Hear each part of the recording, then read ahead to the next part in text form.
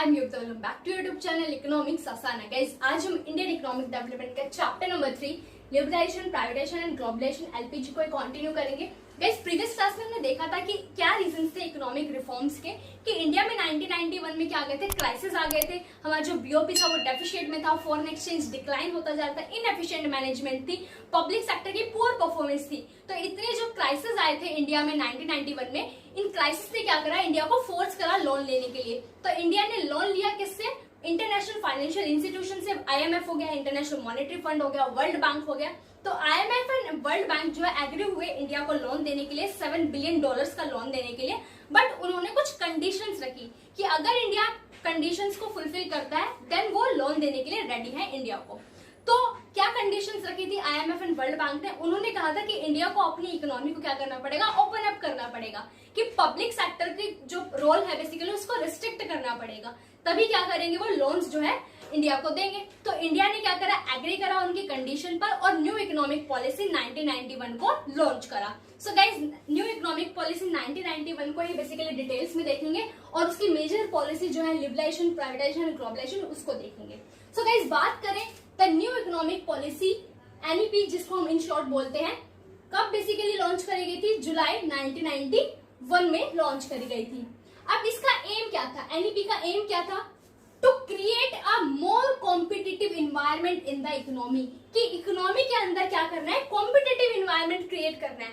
कि 1991 से पहले क्या था कि पब्लिक सेक्टर डोमिनेंस में था। अब पब्लिक सेक्टर का मेन मोटिव क्या होता है, वेलफेयर करना। अब पब्लिक सेक्टर का तो किसी के साथ कंपटीशन ही नहीं था, तो इतने अच्छे क्वालिटी के गुड्स एंड सर्विसेज भी प्रोड्यूस नहीं कर पाते थे। बट अब जब इकोनॉमी ओपन अप हो जाएगी, प्राइवेट सेक्टर जो है वो आएगा इकोनॉमी में, तो प्राइवेट सेक्टर के बीच में क्या होगा, एक स्टिफ कंपटीशन होगा, ठीक है, quality of goods and services produce होंगे। तो एक कॉम्पिटिटिव इन्वायरमेंट क्रिएट करने के लिए एनईपी क्या करी गई, लॉन्च करी गई। एनईपी का एम था and remove the barriers to entry and growth of firms, कि पहले क्या थी, एंट्री और ग्रोथ ऑफ फर्म्स में क्या थी, बेसिकली कुछ रेस्ट्रिक्शंस थी कि अगर किसी फर्म को क्या करना है, एंटर करना है, किसी को अपने एक नई फर्म ओपन करनी है तो उसको क्या चाहिए भाई, लाइसेंस चाहिए, तो कुछ रिस्ट्रिक्शन थी। अगर किसी फर्म को एक्सपैंड करना है, ठीक है, उसे अपनी नई ब्रांचेस ओपन करनी है, तब भी कुछ रिस्ट्रिक्शंस थी। तो वो रिस्ट्रिक्शंस हटा दी गई ताकि जो फर्म जो है वो क्या कर सके, इजिली एंटर कर सके मार्केट में और अपने आप को एक्सपैंड कर सके। तो ये एम था एनईपी का कि कॉम्पिटिटिव इन्वायरमेंट क्रिएट होगा। ऑब्वियसली बात है, प्राइवेट सेक्टर जब आएगा इकोनॉमी में तो कॉम्पिटिटिव इन्वायरमेंट तो होगा, उनके बीच में क्या होगा, एक स्टिफ कॉम्पिटिशन होगा और इजिली बेसिकली क्या हो, फर्म की एंट्री एंड ग्रोथ हो पाए। तो जो रेस्ट्रिक्शंस थी लाइसेंस वगैरह की, उसको हटा दिया गया। देन बात करें, एनईपी को क्लासिफाई करा गया into two kinds of measure. एक फर्स्ट मेजर जो आता है हमारा स्टेबलाइजेशन मेजर। स्टेबलाइजेशन का मेजर का मेन मोटिव क्या था, बेसिकली कि स्टेबल करना है, इकोनॉमी को मेंटेन करके रखना है, बैलेंस में लाना है। कैसे भाई, जो स्टेबलाइजेशन मेजर्स थे ना, ये हमारे शॉर्ट टर्म मेजर्स थे। क्या थे, करेक्टिंग वीकनेस ऑफ बीओपी। अब बीओपी क्या था, हमारा डेफिशिएट में था, अब उसको कैसे जो है करेक्ट कर सके, कैसे करेक्ट करेंगे, bye maintaining sufficient foreign exchange reserve. की हम बात करें फॉरेन एक्सचेंज रिजर्व को एक सफिशिएंट अमाउंट में जब हम क्या करेंगे, मेंटेन करके चलेंगे, तो ऑब्वियसली बात है बीओपी क्या रहेगा, हमारा बैलेंस में रहेगा, एक्सपोर्ट एंड इंपोर्ट क्या रहेगा, बैलेंस में रहेगा। तो जो हमारे शॉर्ट टर्म मेजर्स थे, स्टेबलाइजेशन मेजर थे, उसका मेन मोटिव क्या था कि हमें बीओपी को करेक्ट करना है। कैसे करेक्ट करेंगे, फॉरेन एक्सचेंज रिजर्व को सफिशिएंटली मैनेज करके। Then controlling inflation. इन्फ्लेशन बहुत ज्यादा थी, ठीक है, प्राइस जो से कंसिस्टेंटली राइज होते जाते, तो इन्फ्लेशन को कैसे हम कंट्रोल करेंगे, by keeping the rising prices under control, कि जो प्राइसेस बढ़ते जा रहे हैं उसको कंट्रोल में रखेगी इकोनॉमी, तो ऑब्वियसली बात है इन्फ्लेशन क्या हो जाएगी, कंट्रोल में हो जाएगी। तो जो हमारे स्टेबलाइजेशन मेजर थे ना, उसका मेन मोटिव क्या था कि मेंटेन करना है, बैलेंस करके चलना है, स्टेबिलिटी लानी है बेसिकली इकोनॉमी में। कैसे आएगी वो, कि बीओपी जो डेफिशिएट में है उसको हम कैसे मैनेज कर सकते हैं, जब हम सफिशिएंट अमाउंट में क्या होगा, हमारे पास फॉरेन एक्सचेंज होगा। इन्फ्लेशन को कैसे कंट्रोल करेंगे, कि जो प्राइसेस बढ़ते जा रहे हैं उसको अंडर कंट्रोल करना पड़ेगा, ठीक है। देन सेकंड मेजर्स आते हैं हमारे structural reforms measure. Structural reform measure कैसे थे, हमारे लॉन्ग टर्म मेजर्स थे। लॉन्ग टर्म मेजर्स थे, इसमें क्या था भाई कि इंप्रूव करना है, improving the efficiency of the economy, की इकोनॉमी की एफिशिएंसी को इंप्रूव करना है, कि इकोनॉमी जो है, जो भी रिसोर्सेज हमारे इतने अच्छे से यूटिलाइज करें कि इकोनॉमी की ग्रोथ एंड डेवलपमेंट हो। देन बात करते हैं इंक्रीजिंग इंटरनेशनल कॉम्पिटिटिव कॉम्पिटिटिवनेस कि ऑब्वियसली बात है ग्लोबलाइजेशन आएगा तो इंटरनेशनल कंपटीशन भी बढ़ेगा, ठीक है, एक कॉम्पिटिटिव इन्वायरमेंट क्रिएट होगा इकोनॉमी में बाय रिमूविंग द रिजिडिटीज। अब जो भी रिजिडिटीज थी हमने देखा था, कोटा फिक्स कर रखा था गवर्नमेंट ने, ठीक है, और इंपोर्ट पे भी रेस्ट्रिक्शंस लगा रखी थी, टैरिफ था, तो उसको हम हटा के क्या करेंगे भाई, एक इंटरनेशनल कॉम्पिटिटिवनेस क्रिएट करेंगे in various segments of the Indian economy, ठीक है। तो स्ट्रक्चरल रिफॉर्म मेजर्स जो लॉन्ग टर्म मेजर्स है उसका मेन मोटिव क्या था कि एफिशिएंसी बढ़ानी है इकोनॉमी की और इंक्रीज करना है इंटरनेशनल कॉम्पिटिटिवनेस। कैसे इंक्रीज करेंगे, जो रिजिडिटीज है, जो रिस्ट्रिक्शंस है उसको रिमूव करके करेंगे, ठीक है। तो जो मेन पॉलिसी थी ना एनईपी की वो थी हमारी एलपीजी। एल क्या है, लिबरलाइजेशन। लिबरलाइजेशन का मतलब क्या है कि removal of entry and growth restrictions on private sector. कि 1991 से पहले क्या था, पब्लिक सेक्टर डोमिनेंस में था तो प्राइवेट सेक्टर का तो कुछ रोल ही नहीं था, प्राइवेट सेक्टर पे रेस्ट्रिक्शंस लगा रखी थी।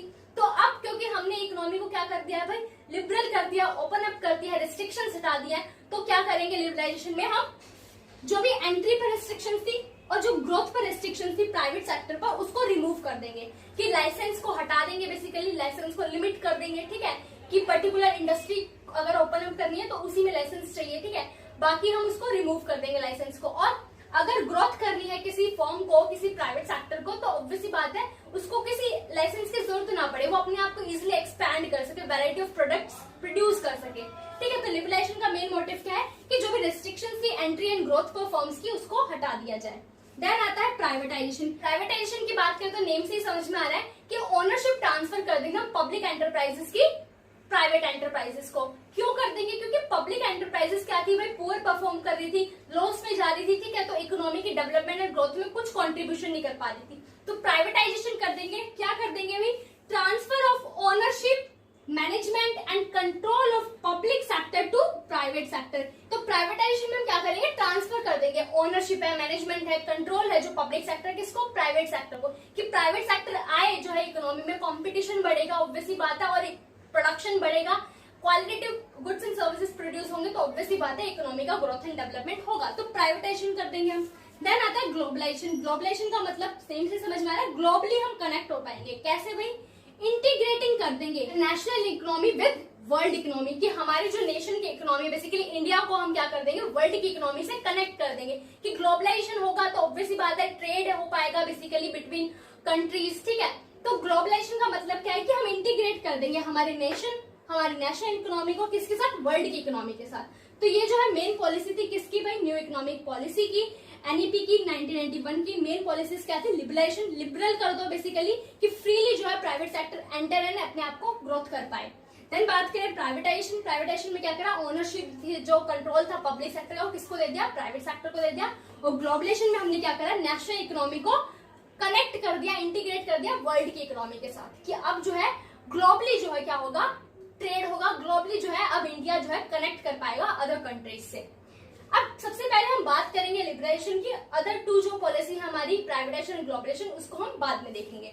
तो बात करते हैं लिबरेशन। लिबरेशन का मतलब क्या है कि removal of entry and growth restrictions on the private sector, कि प्राइवेट सेक्टर पे क्या थी, रेस्ट्रिक्शंस थी, लाइसेंस लेना पड़ता था उसको, कि अगर मार्केट में एंटर करना है, ओपन अप करनी है उसको फर्म, और अगर अपनी ब्रांचेस ओपन करनी है, अपने आप को एक्सपैंड करना है, ग्रोथ करनी है, तो ऑब्वियसली बात है कुछ रिस्ट्रिक्शंस लगा रखे थे गवर्नमेंट ने। तो लिबरेशन में क्या करेंगे, हम उस रिस्ट्रिक्शंस को हटा देंगे ताकि प्राइवेट सेक्टर आए इकोनॉमी में, कॉम्पिटिटिवनेस बढ़े, कॉम्पिटिटिव एनवायरनमेंट क्रिएट हो, ठीक है, ओपन अप हो इकोनॉमी। देन बात करें deregulation and reduction of government control and greater autonomy of private investment to make economic more competitive. वही बात है कि पहले क्या था, पब्लिक सेक्टर डोमिनेंस में था, तो पब्लिक सेक्टर का जो रेगुलेशंस थी, ठीक है, जो भी कंट्रोल था उसको कम कर दो, कि प्राइवेट सेक्टर क्या है इकोनॉमी में आए, तो कॉम्पिटिटिव इन्वायरमेंट जो बेसिकली क्रिएट होगा, कि प्राइवेट सेक्टर को ऑटोनॉमी दे दो, फ्रीडम दे दो, कि प्राइवेट सेक्टर भी इजिली जो है एंटर कर सके मार्केट में, इकोनॉमी में।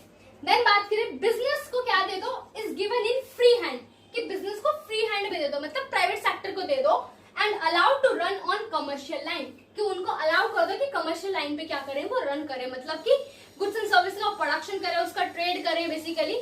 तो उसको बिजनेस को क्या दे दो, एक तरीके से फ्री हैंड में दे दो, कि पब्लिक सेक्टर के पास न रहे उसकी डोमिनेंस, प्राइवेट सेक्टर को ट्रांसफर कर दो बेसिकली।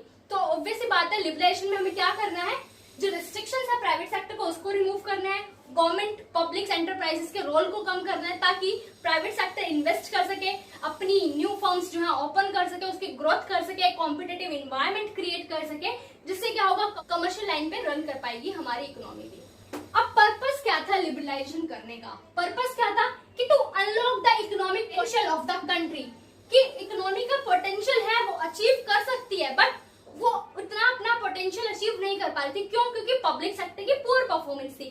बट जब हम प्राइवेट सेक्टर को हैंड में दे देंगे बेसिकली कमर्शियल लाइन, तो ऑब्वियस सी बात है क्या होगा, इकोनॉमी अपने पोटेंशियल को अचीव कर पाएगी, हायर क्या होगा, हमारा ग्रोथ एंड डेवलपमेंट होगा इकोनॉमी का। बाय एनकरेजिंग, कैसे पोटेंशियल अचीव कर पाएगी? जब हम एनकरेज करेंगे किसको, प्राइवेट सेक्टर को, मल्टीनेशनल कॉर्पोरेशन को, एमएनसीज को, वो क्या करें, इन्वेस्ट करें एंड एक्सपैंड करें। ठीक है, प्राइवेट सेक्टर हो गया, एमएनसीज हो गया, वो क्या करें, इकोनॉमी में एक्सपैंड करें, इन्वेस्ट करें, तो जिससे क्या होगा, इकोनॉमी जो अपने पोटेंशियल को, कि इकोनॉमी का जो पोटेंशियल है उसको अचीव कर पाएगी इकोनॉमी। देन बात करें to introduce more competition into the economy, obviously बात है, इतनी ज्यादा फर्म आ जाएंगी, प्राइवेट सेक्टर आ जाएगा, एमएनसीज आ जाएंगी, तो उनके बीच में क्या होगा, एक कंपटीशन होगा, स्टिफ कंपटीशन होगा, तो एक कॉम्पिटिटिव इन्वायरमेंट क्रिएट होगा and creating incentives for increasing efficiency of operation. तो कुछ इंसेंटिव्स क्रिएट करे जाए ताकि जो हमारे प्राइवेट सेक्टर है, एमएनसीज है, उनकी परफॉर्मेंस भी सुधरे ना, ताकि वो क्या करें, एफिशिएंटली ऑपरेशंस कर पाए अपने, ठीक है, प्रोडक्शन लाइन के बेसिकली। देन बात करें कि लिबरलाइजेशन के अंडर कुछ रिफॉर्म्स आते हैं, कि गवर्नमेंट ने क्या करे थे, कुछ रिफॉर्म्स लाए थे। किस में रिफॉर्म्स लाए थे? इंडस्ट्रियल सेक्टर में भी कुछ रिफॉर्म्स लाए थे, फाइनेंशियल सेक्टर में भी, टैक्स में भी, फॉरेन एक्सचेंज में भी and trade and investment policies में भी। ठीक है, तो लिबरलाइजेशन के अंडर जो है हम industrial sector, financial sector, tax, foreign exchange, trade and investment, इन सब के बारे में पढ़ेंगे, किस तरीके से गवर्नमेंट ने इनको लिबरल करा, किस तरीके से बेसिकली क्या क्या रिफॉर्म्स लाए इन सेक्टर्स में, तो उसको हम डिटेल में पढ़ेंगे नेक्स्ट क्लास में। ठीक है, 1 बाय 1 इनको बहुत ही डिटेल में पढ़ेंगे। देन हम प्राइवेटाइजेशन एंड ग्लोबलाइजेशन के बारे में पढ़ेंगे। सो गाइज, आज हमने देखा न्यू इकोनॉमिक पॉलिसी कब लॉन्च करी गई, जुलाई 1991 में लॉन्च करी गई। एम क्या था उसका, कि कॉम्पिटिटिव इन्वायरमेंट क्रिएट करना है, जो भी रेस्ट्रिक्शन है प्राइवेट फर्म्स पर, ठीक है, प्राइवेट सेक्टर पर, उसको रिमूव करना है।